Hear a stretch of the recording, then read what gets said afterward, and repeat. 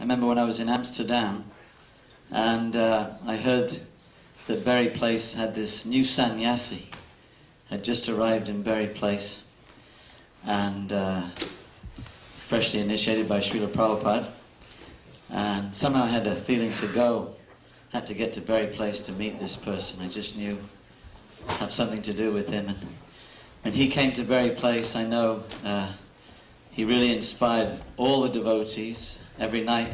Anyone who was at Berry Place at the time, this was 71, 72, everyone would just rush for the evening kirtan and the lecture, because they knew that this particular devotee was going to be giving the lecture. Srila Prabhupada said to him personally at the time, "Your college preaching program is my dream, and my dream come true." I remember one event, 1972, Kensington Town Hall. Prabhupada gave this incredible lecture, and then a born-again Christian stood up at the back and said, "What about Jesus?" And Prabhupada just looked at the man, quite disgusted, couldn't believe he actually stood up and said it. And then he just looked over at this devotee and he went. And that devotee stood up, he did his obeisances, Bandeham Shri Guru. And even at the beginning of the event, I was stood at the back looking at him with his dunda, and I was thinking, he looks like a gunslinger or something, you know. And when he stood up, I thought, this man's going to get it real bad. He's going to get it so bad. When he started to do that Bande so, oh, he's had it. This guy's really had it. Whoa. Anyway, he did have it, and at the end, everyone stood up, gave this devotee a standing ovation. The next day on the morning walk, Srila Prabhupada said, "I want you all to learn how to preach like this devotee." So we all know him. If you were there in the early 70s, I think made many of you a devotee, I think. Yeah? Many of us were made devotees by this person, gave us great faith in Krishna. So let's welcome Revatinandana Prabhu.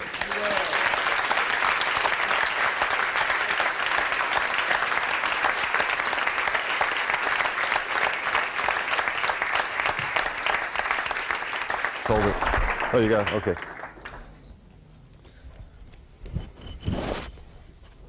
Haribo Prabhus. It's wonderful to see you all the last couple of days. There's an expression, he's a hard act to follow. So Guru Das talked about 5 of the 6 devotees who established the yatra, but he left himself out.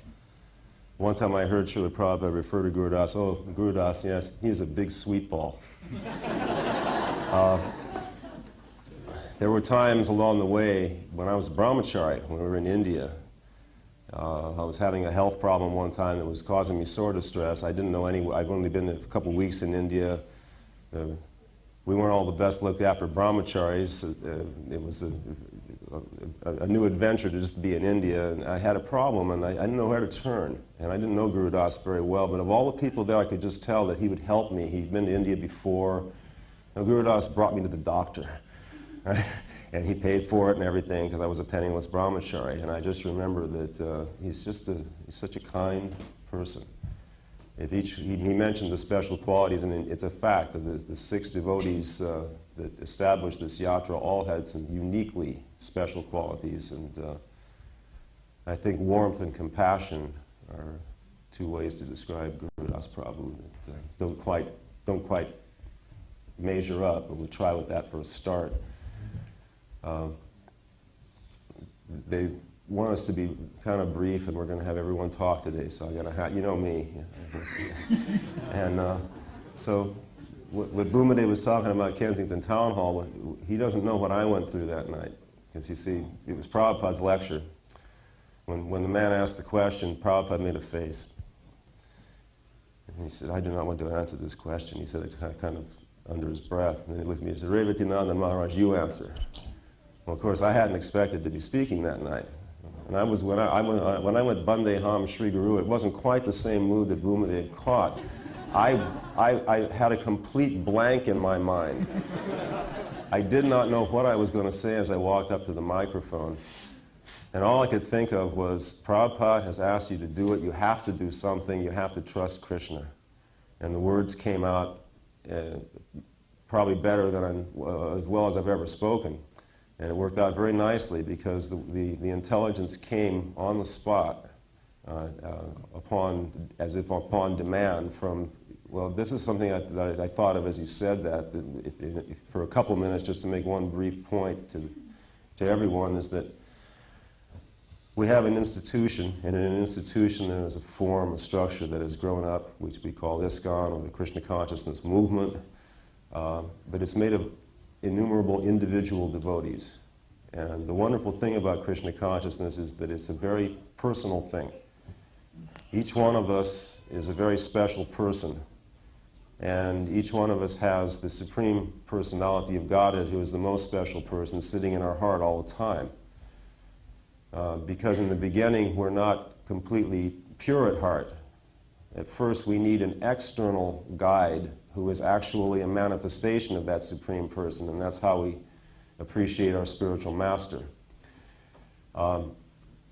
And devotional service to Lord Krishna is actually a process it's a very individual process of spiritual growth, whereby if we take on some responsibility, whatever comes to us, I have to somehow or other get this prasadam preparations cooked, or I have to see to it that the hall is booked for a program, or whatever our service may be. There's so many things that come to us. It may be something like that day for me when I had no idea how I could possibly suddenly step in and substitute for Srila Prabhupada, right? And all I could do was trust the Super Soul to give me the words, and they came flowing out of my mouth, and I didn't even know where they were coming from. Actually, whenever I speak, it's always been pretty much like that. That was just an exceptionally vivid example to me. I remember I just marveled at it afterward. I just felt really humble and really lucky. And I've had that feeling many, many, many times. I felt really, really lucky to be here in the British Yatra during the early 70s because of the incredibly bright faces. Prabhupada used to say my disciples are bright faces, and I never saw such bright faces as the ones that used to dance before Radha Landanishwara at Seven Berry Place every night during our evening program. The young ladies and gentlemen who had become Vaishnavas were so joyful. They were so ecstatic. They had such nice, humble service attitudes. All over the world, devotees are nice. Somehow or other, if you take a rather genteel and civilized country like Britain, and then you take their Vaishnavas, well, they have such nice material qualities, and then when they're lit up with spiritual life, they become exceptionally appealing devotees, and I always felt really pleased with my companionship while I was in England. My business was to teach at that time. That was my assignment, but I always felt like everybody was simply bringing me out, and that my pupils were my teachers all the time here, because they all had such good qualities that I could always take inspiration from. So if there's any bit of advice I could give to a devotee, I would say this. Try to take on what you can for Krishna as you chant Hare Krishna, because chanting Hare Krishna is our spiritual strength. It purifies our heart. The more pure we are at heart, the more we can get a little inspiration from within as we serve our external guide, who is our spiritual master. And the more we expand our responsibility, the more we will make ourselves eligible to receive inspiration from the Super Soul within our hearts. And ultimately, it's a combination of the external guru and the internal guru that will take us back to Godhead in that way. So, you're all such wonderful, big-hearted devotees, and I just wish you all the best of good fortune in expanding your service in that way, and continue to be joyful. So, Hare Krishna. All I recall after is that Prabhupada, the kirtan ended, and Prabhupada put on his spectacles, and he had what I'm sure must have been his own Srimad Bhagavatam in front of him. This was, of course, long before. This was, again, it was in early '68. It was long before he had actually translated any of it. But he was reading from it, and then he was speaking. And I remember noticing that as he spoke, a lot of times his eyes were closed, or if he was looking out, It was like basically just looking around the room. He didn't seem to be presenting himself or kind of advertising himself or trying to appear as a holy man like I had seen a couple other gurus around that were doing like that. And he seemed like he was very just, I remember noticing he's just speaking this teaching right from this book, and then he's explaining it. I do recall specifically that in that particular lecture he remarked, so now they are saying that everyone is God. You are God, I am God. He said, so there are so many gods laying down in the street. Right? He said, so for you, God does not mean very much if you think that. He said, G-O-D-D-O-G. What is the difference? You say you are God, I say you are a dog. But if we are all God and gods are laying down in the street, then what is the good is no different than being dog. And he talked about the opulences. And that's a paraphrase, obviously. It's not exactly what he said, but I remember that he specifically mentioned G-O-D-D-O-G. And I was going from one viewpoint to the other right at that time, and immediately it just struck me right away that that's right. You know, obviously, how has God gotten into such a bad spot as so many people like me that were practically almost living in the street at that time, or were living in the street in some cases? Cooking one day in the temple kitchen, mostly I was out on Sankirtan, but in this particular day I was helping cook a prasadam with Aniruddha. And Prabhupada, he came back in from seeing Prabhupada. He said, you know, Prabhupada just told me we're not supposed to use mustard seeds or mustard oil or fenugreek anymore in the cooking. He said, just don't use them in the temple cooking. Right? He wanted it kept basically simple spices and basically simple techniques, straightforward, you know, with the cumin seed, chili, asafoetida, and the trance, etc. But he specifically mentioned about mustard seed and mustard oil as well as fenugreek. People don't know this. Later on in India, he remarked one time, my god brothers, they generally prefer mustard oil, but I like ghee, he said. He gave a lecture, hopefully it is on tape somewhere, but he gave a lecture from the Vyasa-san, what was usually Bhagavad Gita class. He talked entirely. It might have been a Sunday afternoon lecture at a Sunday feast. It could have been. I believe it was light, daytime, and maybe it was late afternoon. But one way or the other way, he spoke specifically about kirtan. And he said things about kirtan that I never heard him say other times, particularly not during a lecture. He actually gave a full lecture. Mostly it was all about kirtan, chanting, and dancing. Some of the things he said at that time, he remarked that melodic instruments, including harmoniums, he said, are not meant for kirtans. I heard him say it a couple other times also. Specifically, he said harmoniums are not meant for kirtans. Melodic instruments in general are what he mentioned that day. He said, and he explained it. The only time I ever heard him explain it, he said that because the ear will naturally follow music. So as soon as there are musical strains, the ear will follow them automatically, right?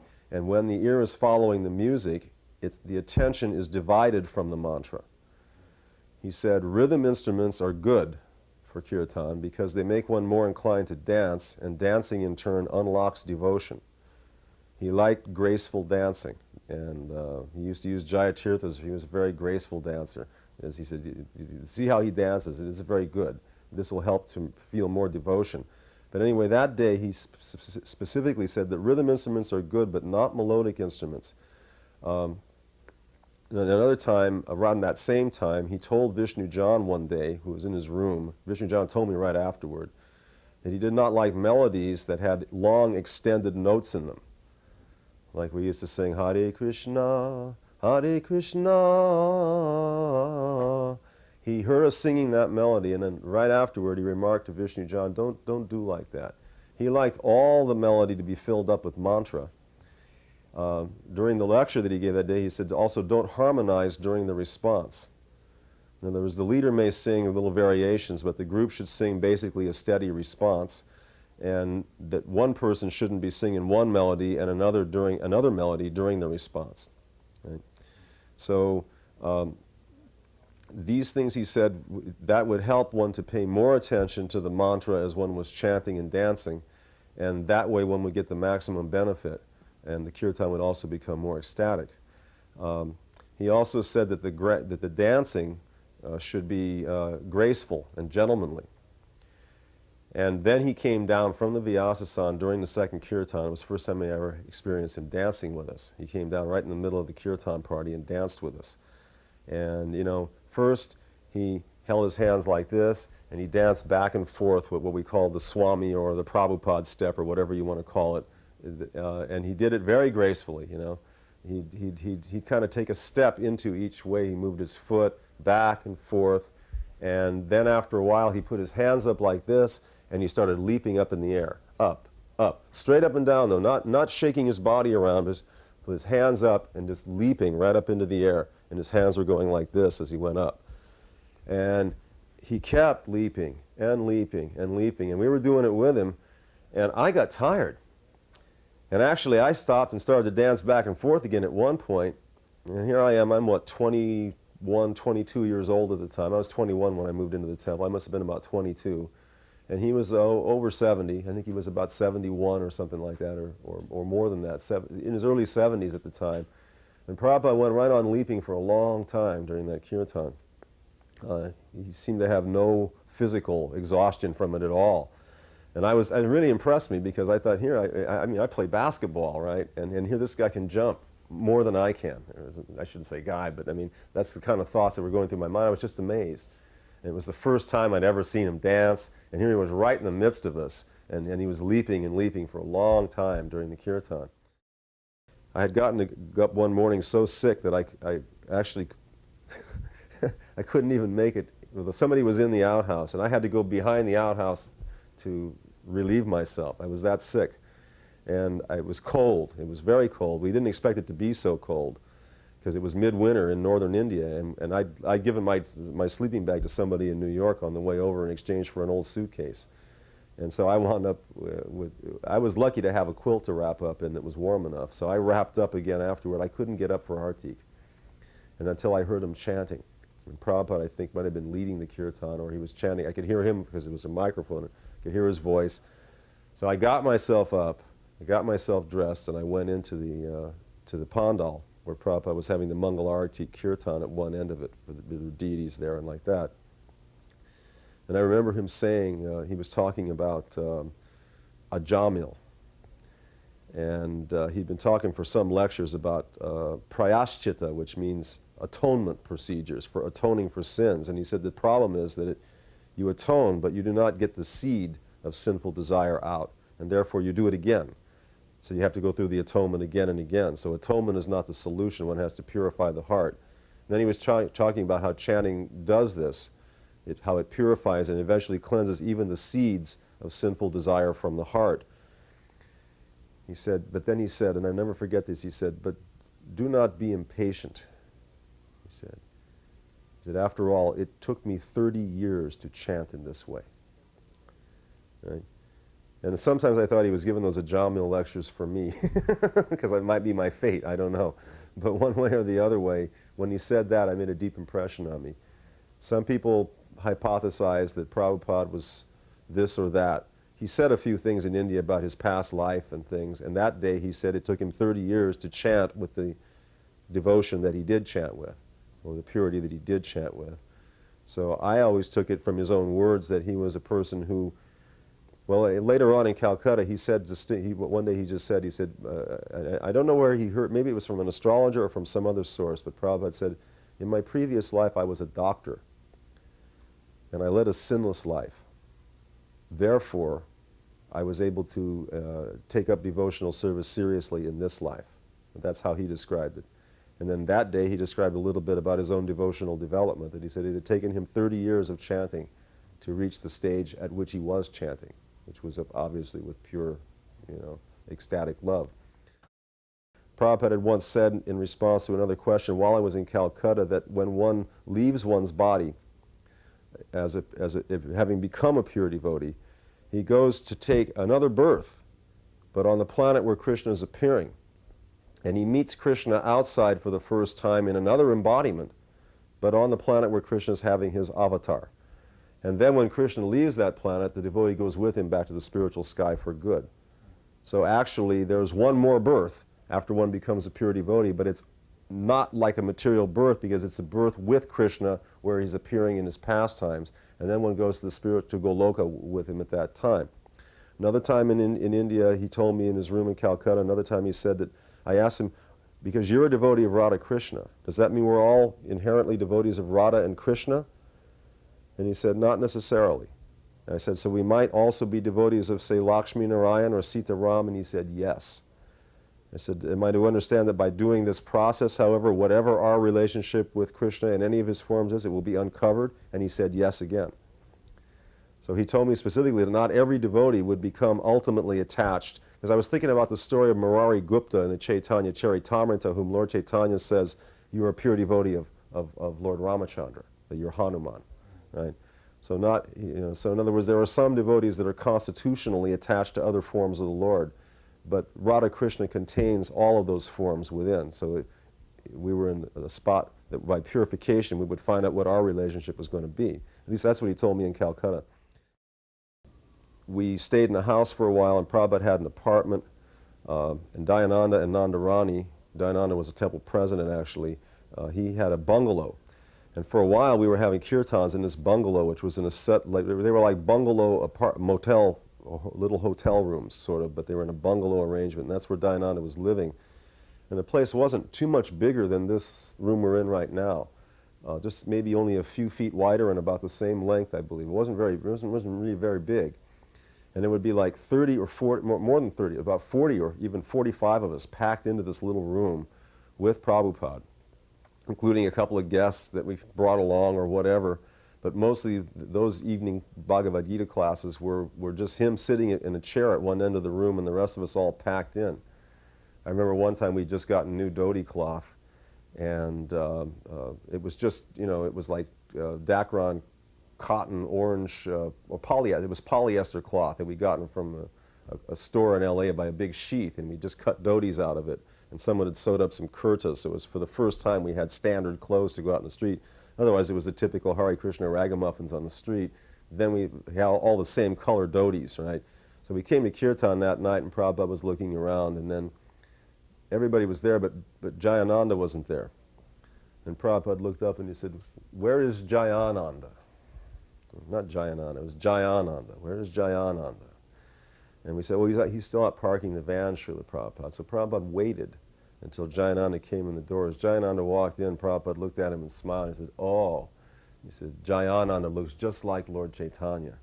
And Jayananda blushed purple. He just blushed and blushed because he was really homespun, shy, humble, right? And when Prabhupada singled him out and glorified him like that, when Prabhupada was smiling as he said it too, Jayananda just blushed. Then he went in his room and he called Jayapataka in. And we were standing outside on the balcony, covered balcony at 3 Albert Road. And then Prabhupada, he went out of the temple into Prabhupada's room through a side door. So Prabhupada went in, called Jayapataka, and we were outside.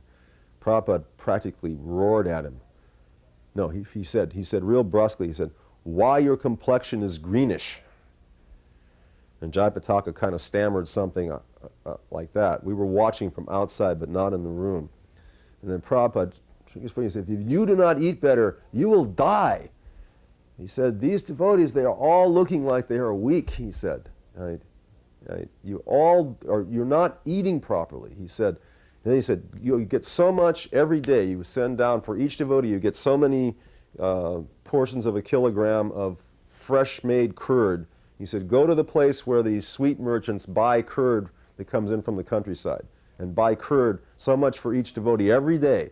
Fry it with a little salt and asafoetida, he said, and give it to the devotees, right? That one thing. And basically, more of a more substantial kind of food. We were doing a lot of puffies and a lot of, just dal chapatis and puffies was not quite making it for us, And basically it was, Prabhupada really kind of came in and saved us immediately. He saw that there was practically malnourishment was setting in the temple at that time. Prabhupada came in the temple room. It was a nice kirtan. I remember Prabhupada remarking, so on one side there was blazing fire, and on the other side there was Radha and Krishna, because there was a nice Radha Krishna deities being worshipped really nicely. Jamuna was there, Kausalya, Chitralekha were taking, Devananda Swami were taking care of the deities. Lots of those little white flowers and champak garlands and and it smelled nice, and it looked pretty. It was very refreshing to see the deities there. And there was a window behind them, so light would come in, and sometimes black bees would come in and fly around the deities and land on a flower or two and then go out again. Prabhupada told, I think it was Kosalya or Jamuna, he said, when those black bees come, that is a good sign that Krishna is very pleased with the deity worship. But anyway, while he was on the Vyasa sound, I remember he said on one side there was a blazing fire, and he pointed like toward the street end of the building, because Calcutta's Calcutta. And on the other side there was Radha and Krishna. People do not know that there is an alternative, so we have to give them that alternative. I remember that. One day we were going to go over to one of the Gaudiya Math. There were several different Gaudiya Math ashram places in Calcutta, several maths, and we were going to one of them. And I knew that this particular math had a bookstore where they would have all kinds of the old Gaudiya Math publications, some of which are now quite rare, right? So Prabhupada and I were standing in the doorway of the Albert Road Temple, and I remember asking him, I said, Srila Prabhupada, I know that, I take it that your books are all we really need, but at the same time, I know that they're going to have several books here. For example, you told Bali Mardan once that if he read Brahma Samhita, he'd become a very good preacher. I was wondering if it would be all right if I bought the Brahma Samhita and any of the other books that they have to study, right? Since we're going to be going to this place. So Prabhupada looked at me, and he answered, and basically there were three parts to the answer. I'll see if I can remember almost exactly what he said. I'll try to be as close as I can on it. Of course, it was a long time ago, but I remember this very clearly. He said, for one thing, he said, I do not think that you will be able to understand these books very well. He said, my Guru Maharaj was not very pleased with the sincerity of most of his disciples. And he wrote his books in a very difficult language so that even almost none of his disciples could understand them. Then he said, and I think this is a direct quote, he said, actually, my Guru Maharaj wrote those books for me. Only I could understand them. Another thing he said at the same time was that he said anything published by the Gaudiya Math after 1932 we shouldn't read, because by that time political things were entering into the edited literatures that were being printed. And he said, don't read anything printed by Gaudiya Math after 1932. And I said, didn't your Guru Maharaj pass in 1936? He said, yes, but in the last 4 years he was infirm. And he was not directly supervising the printing anymore. Right? I mentioned that one time to some other devotees. Some of them had became connected with the Chaitanya Saraswat Math in the San Jose Center, and they denied that he could have said that. They said he couldn't have said that, because Bhaktisiddhanta lived until 1936. Right? It was about reading some other publications that I said, well, I'm not so confident about them if they were printed after 1932. It was a version of Jaiva Dharma, which of course by Bhaktivinoda, there's no problem with it, but there may have been some problem in the text. One way or the other way, that's what he said to me that day. And the final thing he said was, and besides that, he said, an intelligent disciple takes what his spiritual master provides for him as being sufficient for him.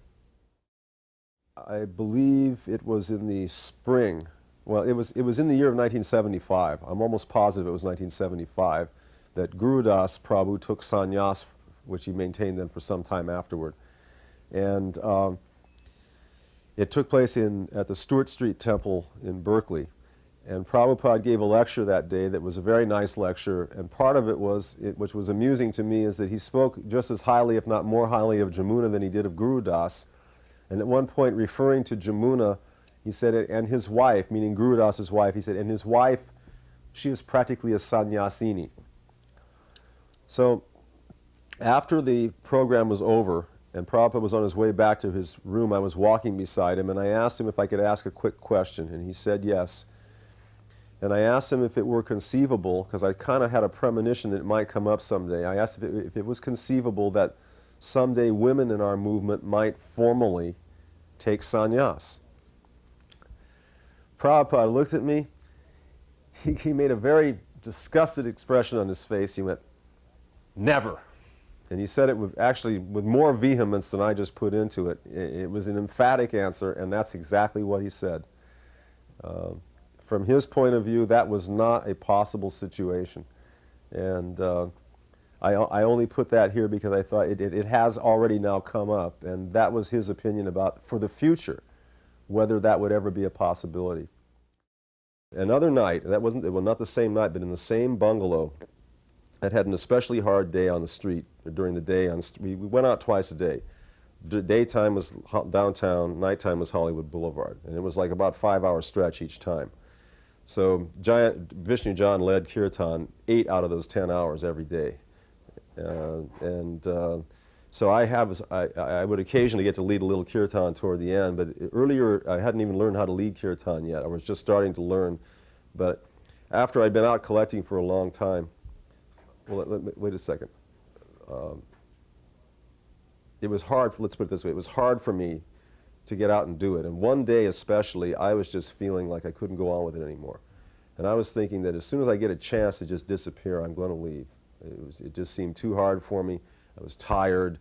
Some altercation had happened with one of the devotees a few days previously where he threatened me and like that. It was a little passionate. I don't want to mention any names. And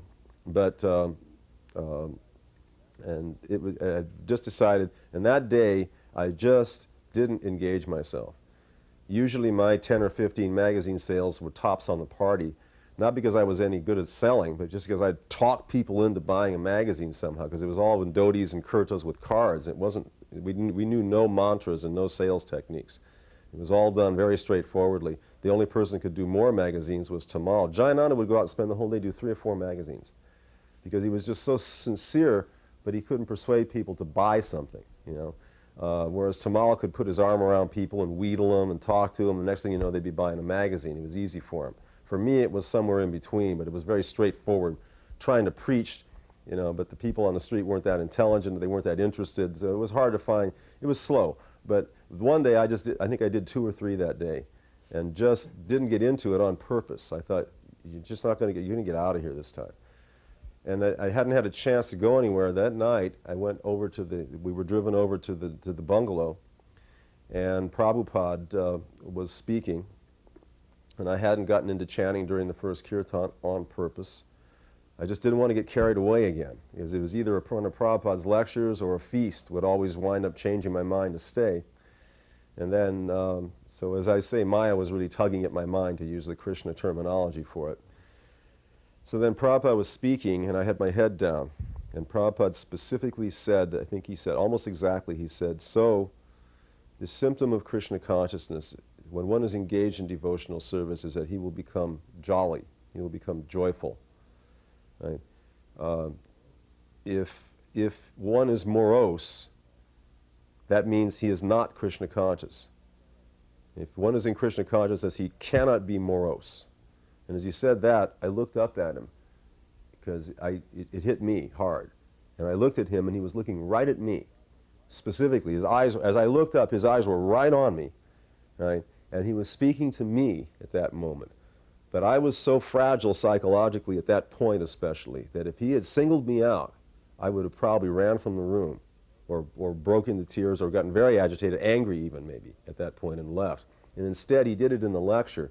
But when I saw it, when I looked up and he was looking me right in the eye as I looked up, I knew that he had seen exactly where I was at. And he said it just for me, and I knew he was right, because all day I had refused to engage myself, and therefore I'd been miserable all day. Then my legs hurt, then I was tired, then I was this and I was that. Or otherwise I'd get absorbed, and then time would pass, and little by little I was getting stronger. But things like that would happen periodically for different devotees. Prabhupada was very good at reading your face. He once said the face is the index of the mind, and he had that art down by training or intuition or both. But one way or the other way, he was very good at knowing what to say at a particular time, just to keep people from faltering, right, or to encourage them in different ways. There is one story that I'd like to relate. It happened in 1976. And as I've tried to remember where it was, the physical setting, I'm not positive, but I think it was in Berkeley Temple around the same time that Guru Das took sannyas. But in any case, I had a chance to ask Prabhupada a question once. I had just heard a story. There was previously, in the mid-70s, Prabhupada had one of his Sanskrit scholar devotee assistants. His name was Nitai Das.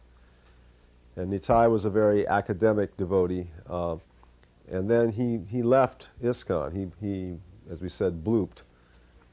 And later on I asked some devotees what happened to him, and they said, oh, he left and went over to some Brijbasi Goswamis in Vrindavan.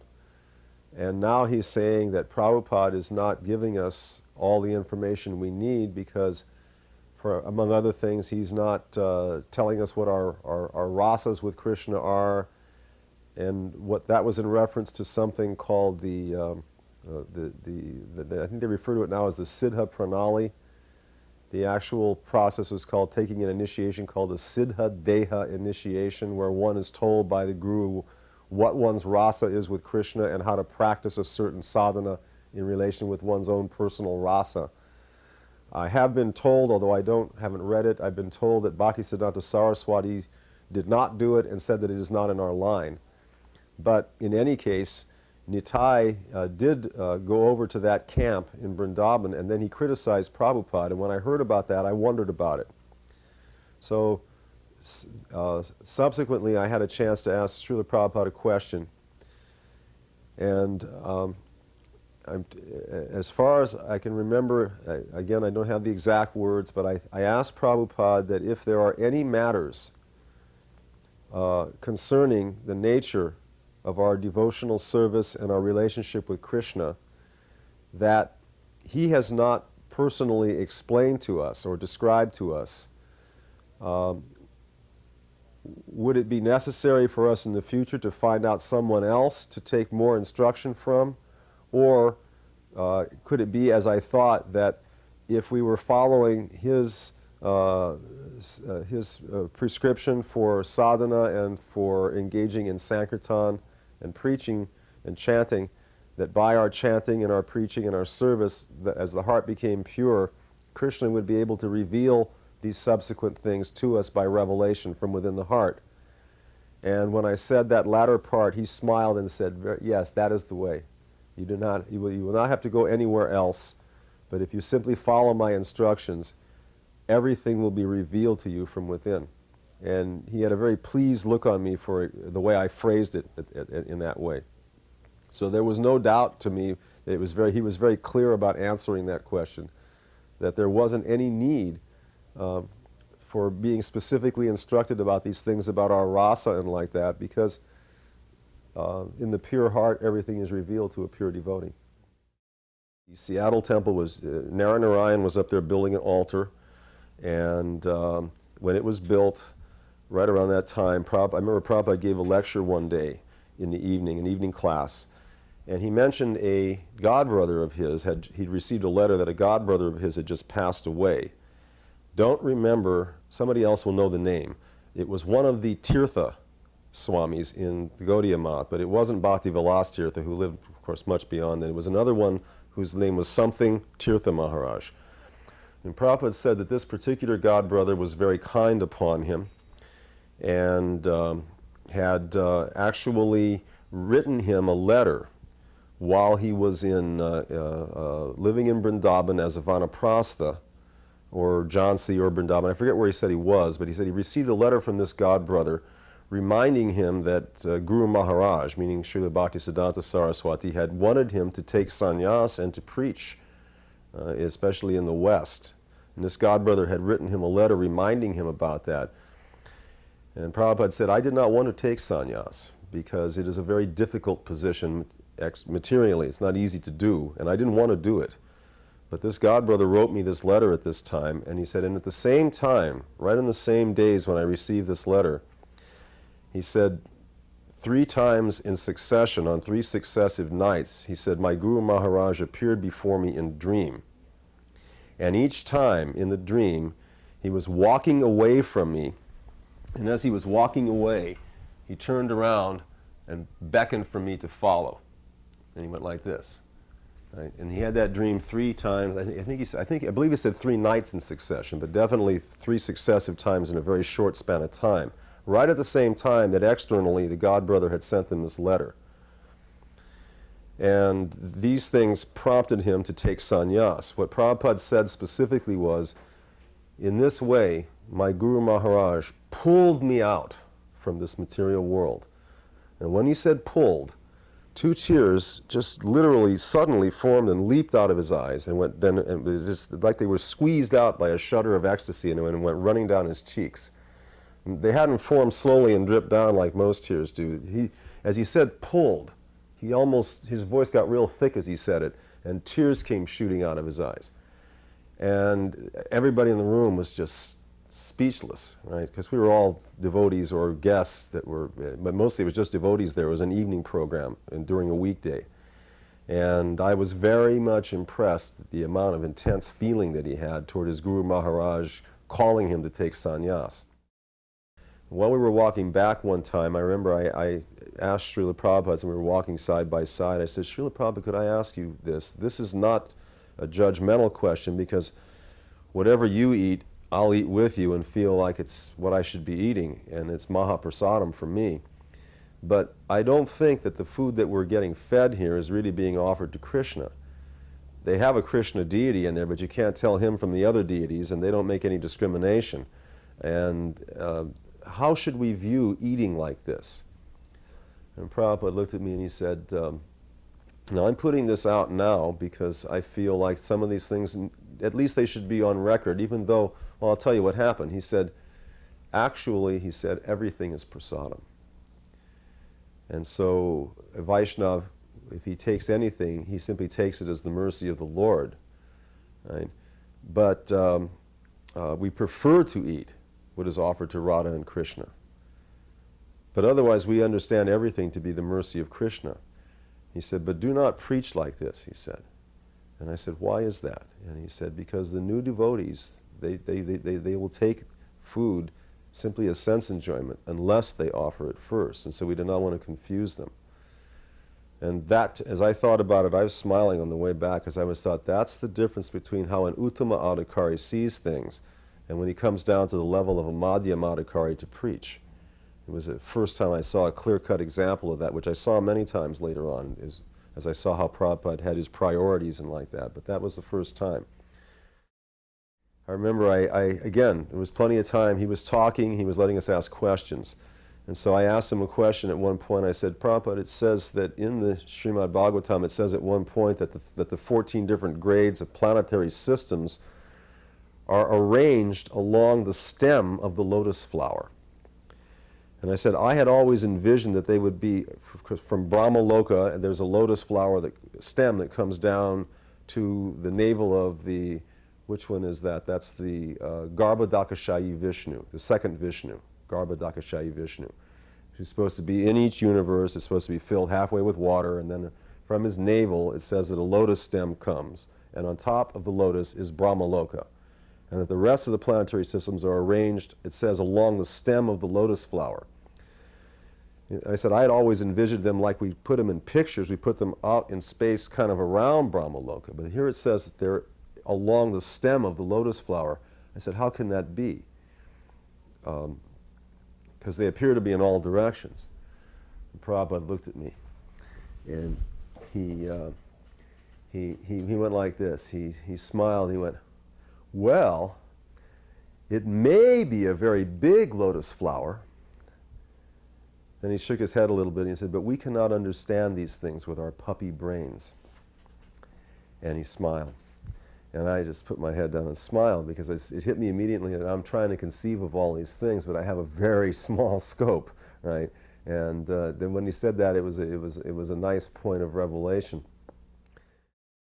I remember one day we went from Mr. Jariwala's house to an engagement at an industrial facility outside of Surat, where the company had invited us to come for their employees, and we did an engagement. It was a nice place. I remember there were bougainvillea bushes growing around the place and palms, and there was grass behind the industrial facility, which wasn't a heavy factory. I don't know what they made there, but anyway, Prabhupada it was a kirtan and lecture and kirtan program. And on the way back, our host that day wanted to show us a new Durga temple that had just been constructed by the side of a river there. And I forget the name of that particular river, but it flows through, that's Gujarat province. Surat's in Gujarat. We've gone from Maharashtra, where Bombay is, up into Gujarat. And by this nice stream, there was a really nice new Durga temple built, and it had a new deity in it. And it was one of those temples where they were taking care of the deity and like that. And I remember specifically Prabhupada telling us as we went in to do just like he did. And he said, when I bow down, I'm going to bow down with my right-hand side toward Mother Durga, right, toward the Durga deity. Now, normally when we bow with our left side, because usually, it's not this way in the LA temple, but usually the Vyasasana is to the right, or the Guru is said to be we're supposed to be bowing to our Guru, and it puts our left side toward the deity. So when you bow to a demigod, you should bow and offer respects, but you do it by offering to your Guru. The deity is on your right and Krishna is on your left. And that's how you'll be thinking as you offer obeisances to your spiritual master before the demigod. They're also serving Krishna. They will accept this as respect, right? One evening, he said he wanted to have a feast for the Gita Press people. He said they have been sheltering us and feeding us, so we will cook for them. And I got to cook it. Well, actually, our cooks made sabji and puris, and I made a chutney and halava, which I made with milk. Right? Later on, Prabhupada said it's Parsi halava, it's first class, but that was later. One way or the other way, I cooked in the afternoon, then everyone came to the program. I remember in the afternoon, Prabhupada asked what I was going to make as a chutney, and I said apple. And he went, I do not think apple chutney is very nice. Make tomato, or something like that. I said, well, Prabhupada, they already purchased the fruit, so we already have the apples. He said, all right, he said, but I do not, apple chutney. So anyway, so I thought, well, I'll do the best I can. It was already, because it was like 20 rupees for the apples or something like that. They were not common, right? Anyway, putting that aside now, the program went on.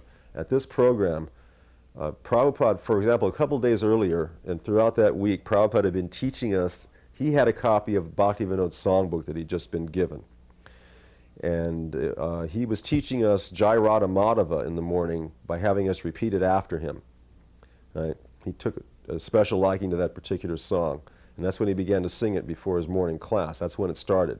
And he was teaching it to us by repeating one line at a time and having us repeat it after him. Another time at the same time, deities were there. It was either Radha Damodar or another almost identical set to Radha Damodar that we had acquired there. They were the medium, about this high, the multi-metal kind, really beautiful deities that we were worshiping there. And we were taking care of the deity worship. And the floor was wooden, and Prabhupada didn't think it was properly clean, and he'd mentioned it, and then when he saw it, he didn't think it was clean enough again. I remember Kaushalya had volunteered to clean the floor in the temple room.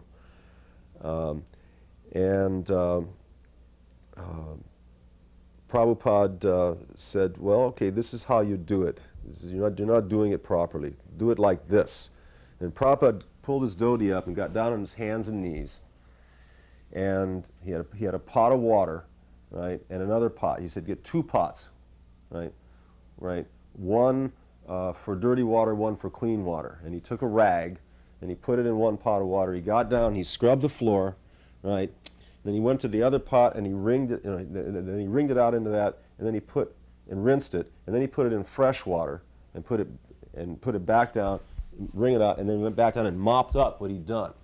He said, in this way you will keep one that is clean and one that gets dirtier, and always rinse the rag and then soak up the dirt. That way you'll pick up the dirt rather than just moving it around. But he spent like 2 or 3 minutes down on his hands and knees scrubbing the floor in front of the deities. I remember that was a nice thing to see him do. He didn't hesitate to do it at all. He got right down and showed Koshalya exactly how he wanted it done. So then that night, all the people from the Gita Press showed up for this program. And it was supposed to be a lecture on Vedanta Sutra. Like a very philosophical topic, right? The one that starts out Janmad Yasya Yato Nwayad or Yataha, and then it becomes the first line in the Srimad Bhagavatam. It's very philosophical. So Prabhupada was speaking about Vedanta Sutra, but very quickly he brought it around to the conclusion that the ultimate knowledge of Vedanta was knowledge of Radha and Krishna, right? And then he quoted the line, the one about Jai Radha Madhava Kunja Bihari. And when he was talking about Kunja Bihari, right, which means that they're enjoying in the pleasure groves of Vrindavan, as he talked about Kunja Bihari, he had been speaking for maybe 15 minutes. His eyes closed, and he was sitting up very straight. And he just stopped talking and sitting up very straight, a little tremble was going in his body. And he just sat there for I don't know how many minutes. He just sat quietly for several minutes. And both the Gita Press people, who are actually nice Indian devotees, and ourselves were just spellbound watching him, because we knew that he drifted off into a trance right on the Vyasasana. Sometimes in those days when we were traveling, Prabhupada would be tired, and he would literally doze off while sitting in his seat or waiting on the Vyasasana or something like that. But this time he was sitting up very straight, and there was a little tremor I could see in his body. And after several minutes, while we just sat, you could hear a pin drop in the room. Nobody said anything, nobody moved, everybody just was watching him. After a few minutes, he opened his eyes, and he said, "So this song is very nice. You should all learn to sing this song." And he got up off the Vyasasana and went into his room, and that was the end of the lecture. Dropping back a little bit to one of the cities we were in, and I believe it was an indoor. There was an invitation one night from the indoor Lions Club, I believe it was. They had clubs like they have in the West, the Lions Club.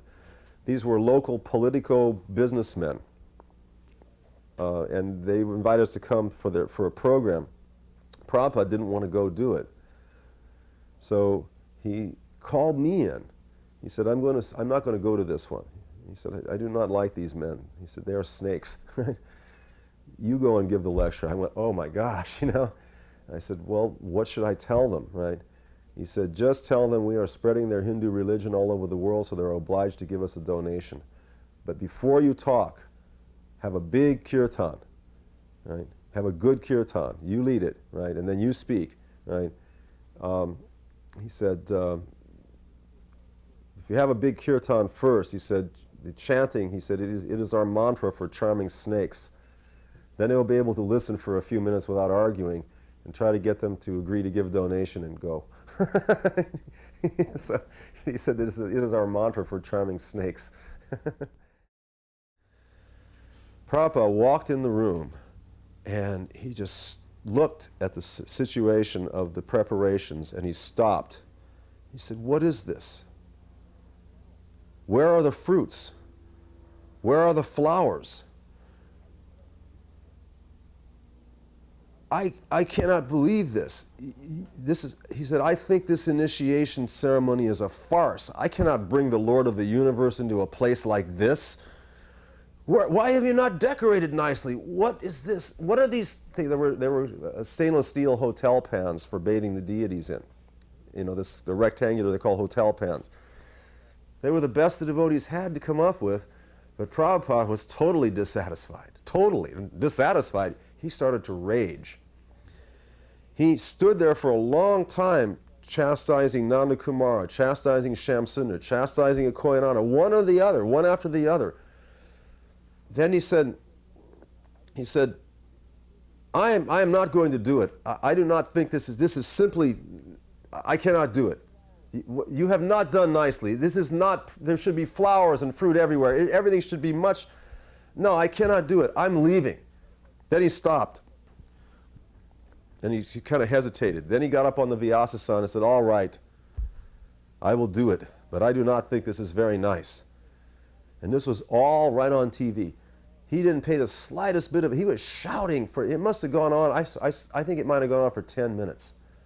He just dressed all three of them up and down one side and up and down the other. It was just incredible. And I was shaking. I was thinking, boy, I'm lucky that I wasn't in charge of any of the arrangements. Then he said, all right, so there was a kirtan, and then he said, all right, Revatinandana Maharaj, you do the fire sacrifice. Now, Pradyumna was there, and I had assumed that he was going to do the fire sacrifice, because he always did them, right, when he was there. But I think maybe because it was a Koyananda sannyas unexpectedly, unexpectedly, I was called upon to do it. Now, I'd already been doing some of these, both marriages and deity installation ceremonies in London, but I hadn't done one in months. However, I knew all the prayers and mantras. So I thought, well, I sat down to do it, right? I just had to start functioning. And at least luckily, I thought luckily I know very well the Mangalacharana prayer, so at least I can chant the mantras, and I knew the one about Oma Povitra Pavitro Va Sarva Vastam Gatopi Va Yaksmared Punadikaksham Shabaya Bhyantara Suchi. So I started in, and as I started doing the Bande Ham Shri Guru Shri Juta, having everybody repeat it, every time I would break syllables in the words. Like, for example, where does one divide the one word that is Shri Varsavanavi Devi Dayitayan Kripabdaye? It all shows as one word in the songbook. Where does that break up into syllables? You have to know Sanskrit in order to be able to properly divide it into smaller groups of their compound words. But Prabhupada had already told us in India not to spend time studying Sanskrit other than to learn it as we did classes. And so I wasn't a Sanskrit scholar. I was forbidden to do it, actually, because he wanted us to be preaching in India. So anyway, every time I would make a mistake, Prabhupada would interrupt me. And he would say, no, it is not like that. It is like this. And he would show the correct division of the words into syllables. But I had to continue to keep on going. And every time I made a mistake, which were inevitable mistakes, because I did not know Sanskrit, Goravir Bhava Bhume's thumb is one word, right? Etc., right? So where to break it up into syllables? And every time I made a mistake, I got chastised. And the more he chastised me, the more nervous and upset I got. Because it was like all of a sudden I was on the firing line. And his mood was intense that afternoon. I've never seen him like that, personally, that angry, right? And so finally, in my confusion, I skipped over I got through to Namo Mahabharanaya, and I skipped it. And I started into Hey Krishna Karuna Sindhu, and Prabhupada said, no, you have forgotten Namo Mahabharanaya. All right, I will finish these mantras. And then he concluded the mantra chanting, much to my relief, right? Then the rest of it went basically okay, right? Prabhupada had this sour look on his face most of the time, but then he gave a Koyananda his sannyas. A Koyananda was standing there. Besides taking sannyas, which is serious enough, he was had just been chastised very heavily. And he was holding the danda, and his teeth were clenched, and he was shaking. So finally, when it was all over, and one more thing, afterward, the mantras are chanted a second time the way Prabhupada did an initiation. While the fire is made, the mantras are chanted again. And then the ghee and grains are put with the shwaha, and the bananas are put, right? So while Prabhupada chanted the mantras, I was doing the fire, because I was sitting right there at the sand, right? So, what happened is, as I was doing it, I started feeding sticks into the fire with my right hand and had the ladle in my left hand. And I was pouring ghee. And then as I held up the ladle, I realized, oops, it's supposed to be in my right hand. And I switched hands, and Prabhupada was looking at me as I did it, and he went like this. Because, again, I'm left-handed, right? And I had I was using the wrong hand to pour the ghee on the fire, and I had to switch it, and he was watching me do it. And he made this really disgusted look on his face. So finally, when that was over, he said, all right. He pointed at me, he said, begin kirtan. I started leading a kirtan. Prabhupada looked over to Koinanna, who was still standing there like this. And Prabhupada looked at him, and for the first time in that afternoon, he smiled a little bit. And he went like this to Koinanna, looking at him, meaning dance. Get your body moving, loosen up a little bit, right? He was pleased with his seriousness and also wanted him to get into the swing of the kirtan. It wasn't that serious, you know what I mean? Or he should enjoy Krishna consciousness also. I thought that was clear from his facial expression. It's the first time he smiled all day. Then he got, after it was over, the place totally packed, he got up and went to the back door to leave. And when he got to the back door, the car hadn't gotten there yet. And he had to stand in a little drizzle of rain for a few minutes, and the crowd was so packed in behind him that he couldn't even fit back inside. And he was just standing there like this in the rain. He got into the car and he asked Nanda Kumar, "So, you have brought my prasadam?" Now, he was taking simpler prasadam by that time. And Nanda Kumar said, "Well, Prabhupada, I thought you would take your usual prasadam since it's not as rich." He said, "No, this is a deity installation. I want Mahaprasadam." So Nanda Kumar, he said, "Go and get me a plate." So Nanda Kumar went back in, came out with a plate of Maha, and they drove Prabhupada off. And Nanda Kumar told me, a little later on in the afternoon, when they arrived at Prabhupada's apartment, the car stopped, Prabhupada's plate of prasadam fell off the back seat and landed face down on the floor of the back seat of the car, which one can simply assume was what the floor of a back seat of a car is usually like, not perfectly clean, right? And Nanda Kumar went, "Oh no," to himself. And when Prabhupada went upstairs, he said, I was hoping Prabhupada would forget about his prasadam, but the first thing he said was, "Where is my prasadam? Bring me my prasadam." And he said, "Prabhupada, it fell on the floor." Prabhupada said, "Bring it." And Nanda Kumar picked it off the floor, put it back on the plate, and brought it to him. He said, Prabhupada ate the whole plate. Right? Again, it probably had dirt and whatnot in it, and Prabhupada ate it all anyway, because it was prasadam. He said, "Revatinandana, you're into philosophy. You know what Prabhupada said the other day?" I said, "What?" He said, Prabhupada said that sometimes even after going back to Godhead, a soul could fall again. And I said, "Are you sure?" Because I knew a lot of Bhagavad Gita, and there's a couple of verses in the Gita where Krishna says, "Having returned to my transcendental abode, one never returns to this world of miseries," etc. There's several verses. I think there's 3 different verses that mention never returns if one completes the business, right? So he said, "Well, you can ask him yourself, but I'll guarantee you that's what he said." So when I got a chance to go into Prabhupada's room, it was after he woke up from a nap. And Nana had just put a garland on him, and there were several devotees in the room. And I asked if I could ask a question, and he said yes. And I said, "Is it true that just recently you've been talking about how sometimes even having gone back to Godhead, a soul sometimes falls again into the material energy?" And Prabhupada said yes. And I said, "Well, how does that relate with what the Gita says when it says never?" And Prabhupada smiled a little bit, and he said, actually, he said, "Never means practically never." Okay, that's what he said. Never means practically never. And he smiled a little bit, kind of a wise, meditative smile. And he said, because really we are eternally the same. So marginal means that there is that capacity to turn away or turn toward. So sometime it might happen. Of course, generally a soul does not fall. And even if he does, he probably wouldn't do it again, but it is not inconceivable, right? That's what he said. Again, it relates to the same issue, because some people say that souls never fall away in the first place, or they fall from somewhere else besides Krishna's association. Well, this was definitely about being back to Godhead, as it describes it in the Bhagavad Gita, back to Krishna's abode. So those are some relevant points that I thought might be interesting to record. I was in Prabhupada's room one time, and there was nobody else there, so I said, "I wanted to ask you, Srila Prabhupada, when we're out traveling, a lot of the time we stay up late with the students. If they're going to stay late and ask questions into the night, we stay up with them, because we probably won't see them again. And sometimes they're very sincere. So we're occasionally up until 12 o'clock midnight or 2 in the morning after a program, preaching, talking with students." He said, "How do you do?" He was concerned about the book distribution, whether it was being done right, and I said, "Well, we place your books as the altar pieces, because we use the Krishna book as Radha Krishna, and your picture is on the back of it, and we have a Panchatattva painting. Then we have kirtan, and I give a lecture, and we have more kirtan. We give up prasadam. We invite the students to come and look at the books and talk to us.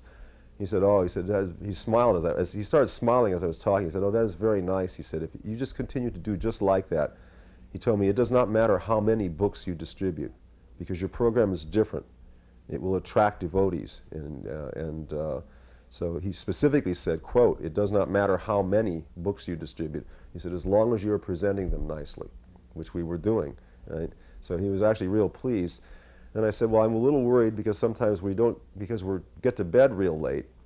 We get up 6 hours later. We're not up for a Mangala Artik, or we're not up by 4 o'clock in the morning. So we're not really following the exact sadhana. And Prabhupada was still smiling. He said, that is all right. He said, because you are doing Sankirtan, he said, that will be fine. He said, then he told me something. He said, I have written in my books that our movement runs on 2 tracks, which are called the Pancharatriki Bidhi and the Bhagavat Bidhi. He said the Pancharatriki Bidhi means the rules and regulations of deity worship, and our temple sadhana is centered around it. Because of the Mangalartik, etc. It sets all of our time of activities and like that. Right?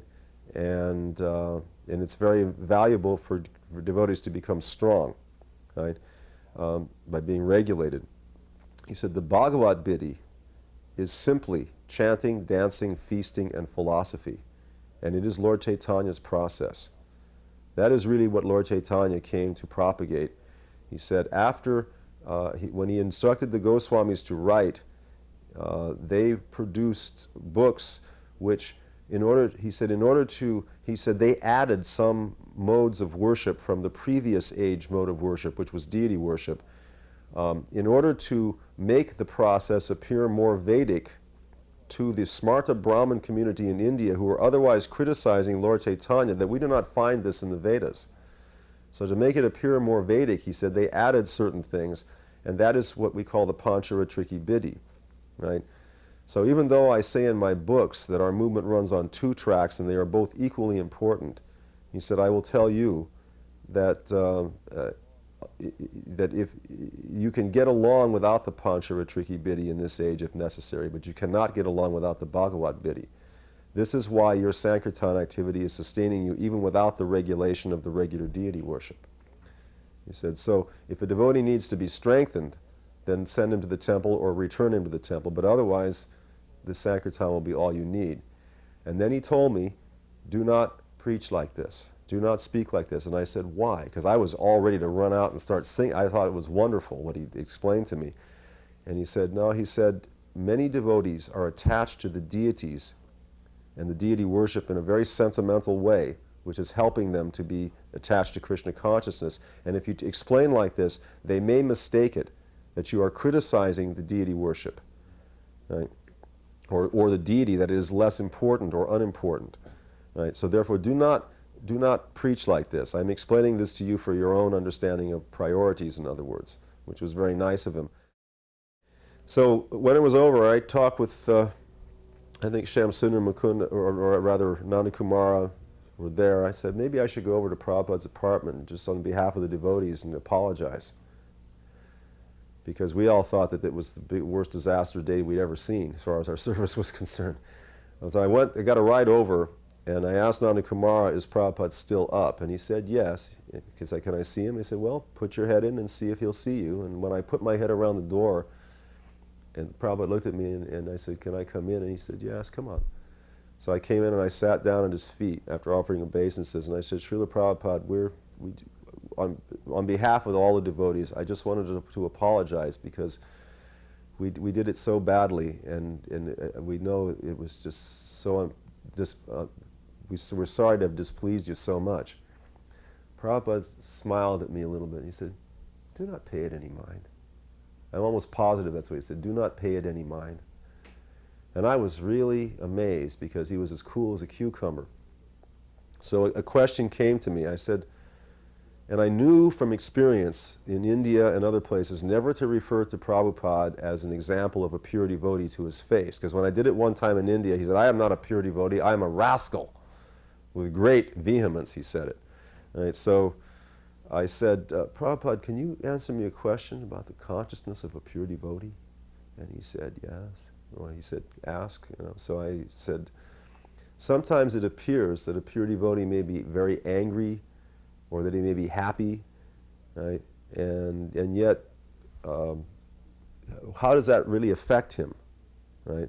Because I was thinking, now he doesn't seem upset even slightly, right? So Prabhupada answered like this, basically. He said, the consciousness of a pure devotee is very, very deep. He said, it is like the ocean. So the ocean, on the surface of the ocean, near the surface, there may be so many waves that are kicked up.